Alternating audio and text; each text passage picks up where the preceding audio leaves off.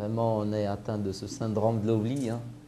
La prochaine fois, mercredi prochain, essayez de préparer une petite intervention de 10 minutes sur un sujet que vous aimez, que vous connaissez, que vous maîtrisez. 10 minutes. Vous allez, l'intervention, c'est ça, c'est comme ça. Un sujet, j'écris le titre, j'explique, je donne des informations, je pose des questions, j'interagis avec les gens, je les entends, je réponds à leurs questions. C'est ce qu'on appelle une intervention. Ça, c'est une intervention. Soutenance, c'est vrai, c'est une intervention, mais c'est plus développé, ça prend plus de temps. Une intervention, ça peut être de 5 minutes, de 10 minutes, comme ça peut être de 2 heures. D'accord? Mais c'est généralement court. La soutenance, c'est lent. D'accord? C'est lent. Merci. Alors, préparez une intervention de 10 minutes, pas plus. Vous allez être filmé. On va tous vous aider. On va tous être dans le rôle de bons élèves qui vont bien participer et qui vont vous souhaiter d'abord et avant tout bonne chance et qui vont interagir avec le sujet que vous avez choisi. Le sujet en lui-même n'est pas important. Que vous nous parliez du foot ou de l'art chinois, que vous nous parliez de l'histoire marocaine ou de la gastronomie brésilienne, je dis n'importe quoi, c'est pareil, c'est la même chose. Alors choisissez quelque chose que vous aimez, que vous pouvez bien ou assez bien maîtriser et présenter aux autres. Alors l'essentiel, c'est l'enregistrement qui sera fait et c'est votre première intervention comme ça en français pendant 10 minutes. Oui, là tu as trouvé le mot. C'est un petit exposé. C'est un petit exposé parce que là encore le mot exposé il est déjà gros, hein, tu vois avec le O, non, avec le P et le O, il est déjà gros exposé. Et c'est un petit exposé, on va dire. Préparez-le et ce sera l'objet de la séance prochaine. Si cette séance, les séances les dernières séances étaient axées sur le débat, la séance prochaine serait axée sur l'intervention, sur l'exposé, sur l'intervention. D'accord, sur l'intervention. Alors c'est vous qui allez prendre la parole et c'est vous qui allez prendre cet espace. C'est quoi l'interview? Oui, est-ce qu'il y a quelqu'un qui peut nous expliquer ce que c'est qu'interview? Expliquer pour Driss, oui. Question à répondre. Allez-y. Comme tu débat avec un journaliste ou un membre ou un enfin, le journaliste pose une question et l'autre répond. Comme le président, comme... Oui. Oui. Oui. Interview, c'est question posée par le journaliste normalement, par des journalistes qui font ces interviews, et réponse donnée par l'invité, par la personne interviewée. La personne interviewée. Alors ça c'est un mot anglais qui est passé en langue française. Bon, en ce qui concerne interview, il faut faire un petit peu attention parce que c'est un mot féminin. On dit une interview et non pas un. Parce que on a tendance à le considérer comme masculin alors qu'il est féminin. On dit une interview. Alors c'est pas vieux, c'est view, ça, c'est view. C'est pas oui. Oui, oui, oui. C'est ce qu'on appelle l'anglicisme. Ça veut dire l'emprunt, c'est prendre des mots anglais et les mettre dans la langue française et les utiliser comme étant des mots français. L'interview, oui, c'est ce qu'on appelle les emprunts. C'est pas un verbe. Ici, c'est pas un verbe, une interview. Mais interviewer, oui, on peut le mettre sous forme de verbe. Interviewer. Oui. Interview. Oui, ou interviewer. Oui, j'interview, tu interviews. Interviewer. C'est ce qu'on appelle les anglicismes. Beaucoup de mots anglais sont passés en français.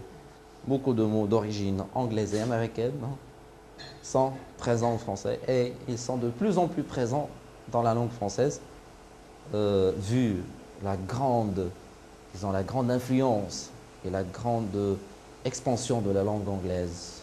Les gens aime beaucoup l'anglais, il est présent partout dans les affaires, dans les sciences, dans les sports, partout. Alors il fait passer ces mots dans toutes les autres langues, le français surtout. Et beaucoup de mots français sont morts. Ils morts. Ah, là, vous nous entraînez un peu dans un monde extraordinaire, un monde magnifique. C'est l'histoire de la langue française. Cette langue qu'on est en train de parler, qu'on veut bien apprendre, qu'on aime bien. Alors, quelle est son histoire? Bonsoir, bienvenue. Quelle est son histoire? Je vous promets de faire un aperçu, une présentation, une intervention de ma part, d'accord, mon intervention sur l'histoire de la langue française pour comprendre des choses qui sont extraordinaires, pour découvrir, disons, l'évolution de cette langue. Alors, n'attendez pas qu'aujourd'hui je fasse la chose. Non, c'est pas aujourd'hui, c'est pour les séances à venir. Bonjour, bonsoir, c'est Rachid, bienvenue. On vient de faire la présentation pour le nouveau venu, c'est Mustafa Farhan. Là, tu te présentes brièvement, merci. Oui, brièvement, la présentation. Rachid Pelala, je suis graphiste freelance, j'ai 27 ans. Merci bien, merci.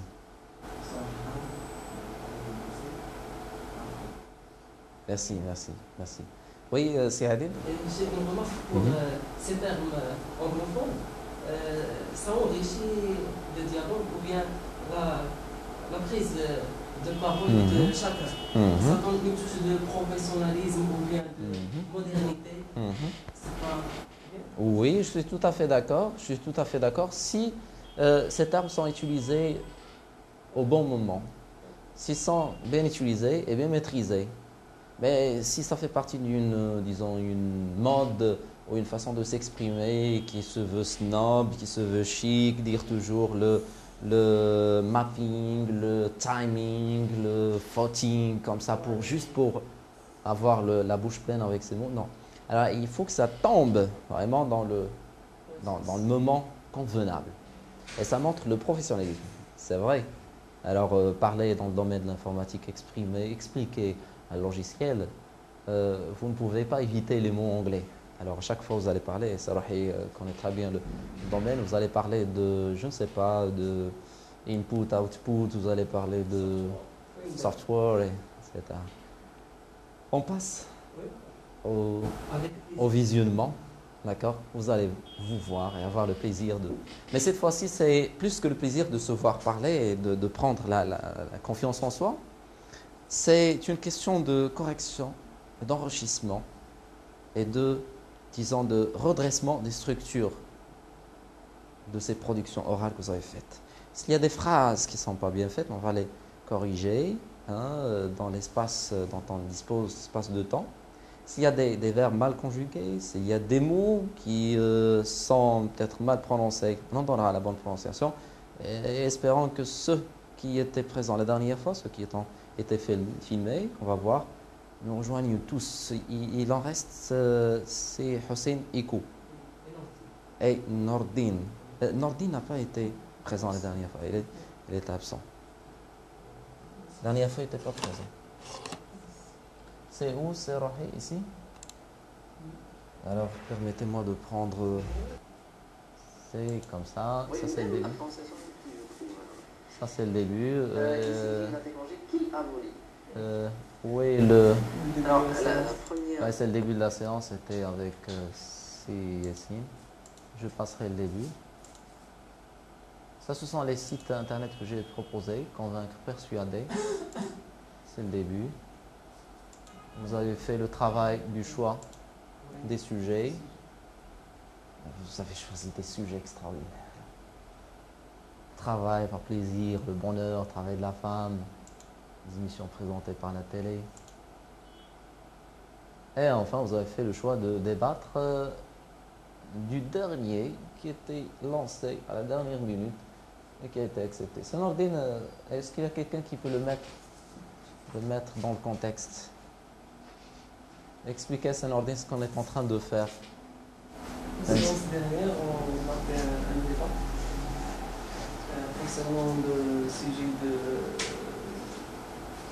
des est-ce qu'on a le choix dans notre vie pour réaliser notre but ou non? Il y a deux équipes. Une équipe qui est contre et une équipe qui sont d'accord pour ce sujet. Et dans cette séance, on va valoriser ou voir les fautes ou les choses qui viennent et qu'on utilise. Merci bien. Quel était l'objectif principal? On parlera toujours de compétences communicatives ou d'objectifs communicatifs. OK? Alors, quel était l'objectif principal? Communication, c'est Adil? Ah oui?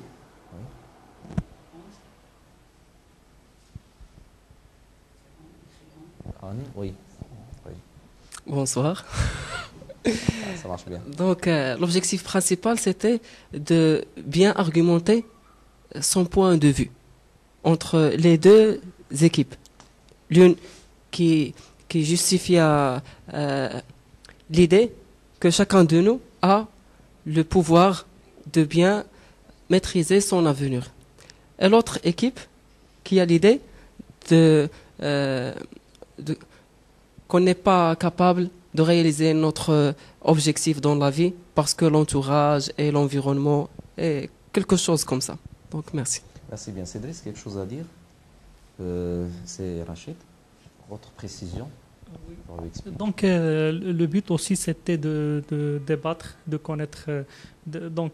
On criait, vous allez voir dans la vidéo, c'était quelque chose d'interactif, un échange des idées, si j'ose dire. Donc, c'était aussi parler d'un sujet d'actualité qui est le développement personnel, parce qu'on est dans un centre de développement personnel. Donc, c'était ça aussi. Merci bien, merci beaucoup. Et la façon de procéder était simple. Alors, au début, ils avaient choisi, ou ils avaient proposé 5 sujets. Parmi ces 7 sujets en fait. J'ai demandé 5, ils ont débordé et ils sont allés jusqu'à 7 sujets.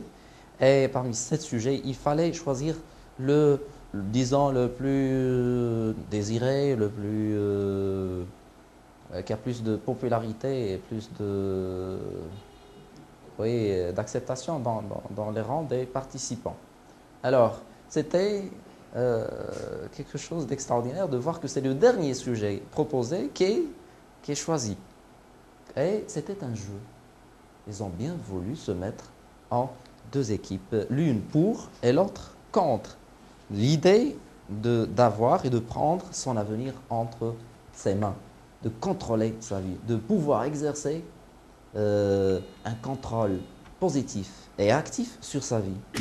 Est-ce que vous êtes pour cette idée ou vous dites que tout est déjà fait, on n'y peut rien? Alors, pour ou contre, voici le débat et voici les prestations que vous avez travaillées.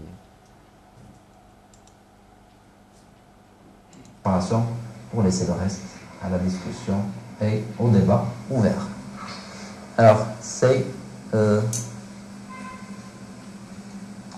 va lancer le débat pour que ce soit...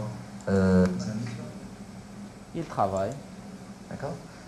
C'est pourquoi je vous remercie beaucoup de bien vouloir vous calmer ou de les laisser parler. Il prépare. Séance de briefing. Merci. Retenir prêt pour cette discussion. Alors.